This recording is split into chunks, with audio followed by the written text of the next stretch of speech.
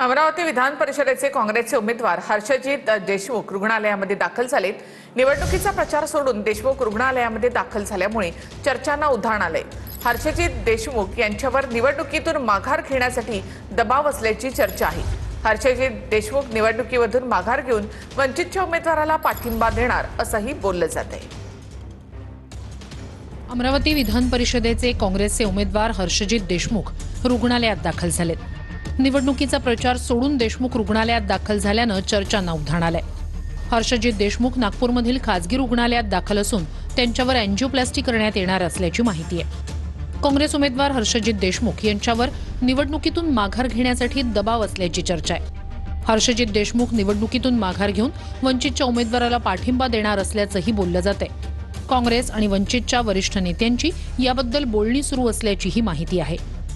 दरम्यान हर्षजित देशमुख यांनी ही चर्चा फेटाळली। डिजिटल माध्यमातून प्रचार सुरू ठेवणार असल्याचं देशमुख यांनी म्हटलंय। भाजपच्या दबावात येऊन ऍडमिट झालेले आहे, काय सांगणार? असं काही नाही, कोणाचा दबाव वगैरे नाही। तुमच्यावर कुणाचा दबाव आहे का?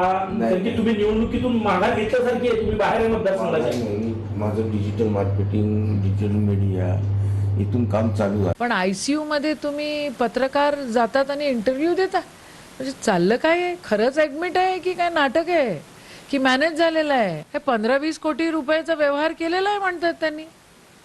निषेध आहे या सगळ्या गोष्टीचा। ज्यांना पक्ष सांभाळता येत नाही, आपल्या पक्षातल्या उमेदवारांनाही सांभाळता येत नाही, ते अशा पद्धतीनं जर या ठिकाणी आरोप करणार असतील तर ते योग्य नाही। अमरावतीमध्ये निवडणुका होत आहेत, तिथे काँग्रेसचे उमेदवार आहेत, अपक्ष उमेदवार आहेत, त्यामुळे अचानक ही काय उपरती त्यांना झाली आहे मला याची काही कल्पना नाही।